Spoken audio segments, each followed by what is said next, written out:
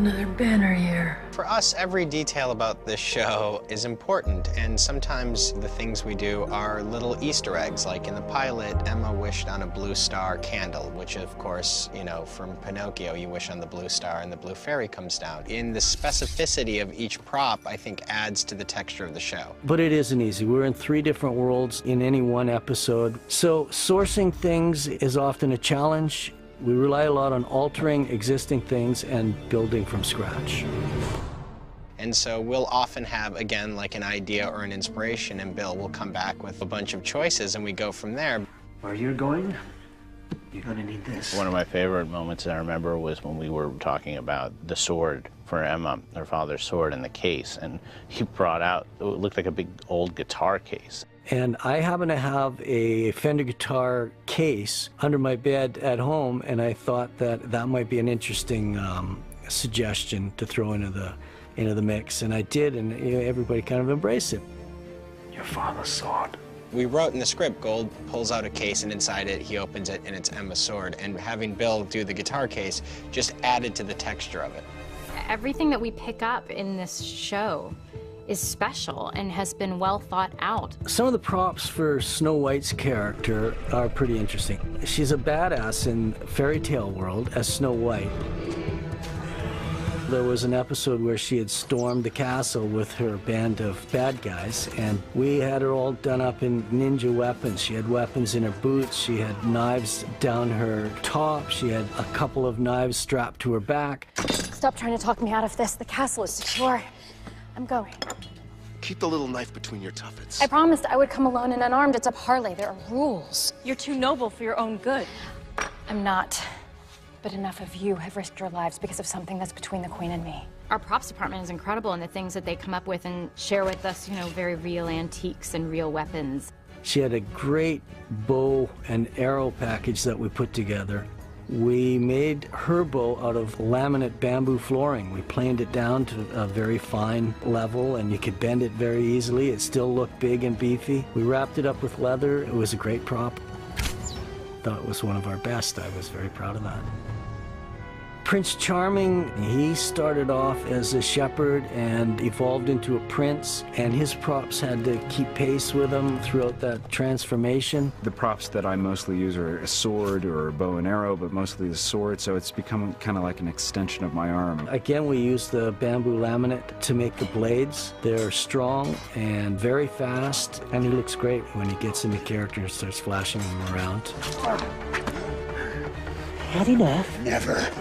Mr. Gold's props are really more of a collection of everybody else's props. His personal props are pretty limited. He has a cane in Storybrooke, although he uses that cane as a weapon often. He has a walking stick when he's Rumpel in Fairy Tale Land, and then he has a Chris knife, or this magical knife, when he is the Dark One. The Dark One summons thee. But I think more importantly for his character is that he has all of the props that mean anything to anybody in all of the worlds. The greatest thing about Gold's shop is, to me, the specificity of every item in there. There are many, many things in this shop. But this is the only thing I truly cherish. You got to bring, like, suitcases of stuff from Fairy Tale Land. No one else seemed to bring anything. There's elements from every story we've told, and there's elements from stories we've yet to tell that will be revealed. And if you go back and look, you'll start to see things that will come back in episodes. We revealed Marco Geppetto's parents as puppets way before we actually showed that story. Going into Mr. Gold's pawn shop is really, really cool because I always just like kind of look through and see everything in the cases because I'm a huge fan of the show also, and I want to know what's going to happen. So I try to figure out sort of, what could that be for? What does that mean? What's coming later? Your life is now in my hands. Forever.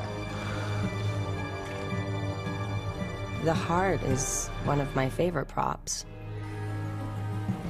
Her props are very mystical. The most interesting for me may sound very simple, a black rotten apple oozing oil, and it was a very challenging prop for us to get the right consistency and viscosity. rotten to the core. I'm sure on camera it looks like something very simple to do, but it was one of our more challenging props. It was gross. They did a great job making it. I need that curse. I know you keep it hidden in the orb above your staff. Hidden for the good of all, old friend. Whoever created that monstrosity makes the two of us look positively moral. Maleficent had a beautiful staff with a dragon and an orb on top. We created the dragon from scratch, and the orb, although it was a simple acrylic bowl, had elements cast inside the acrylic bowl that our VisFX department required from us.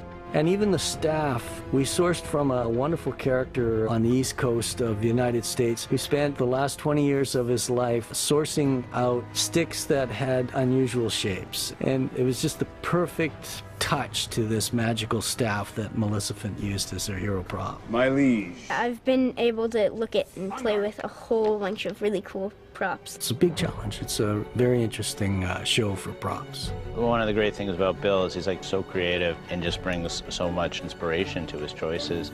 It makes your job acting so much easier when you have fantastic props.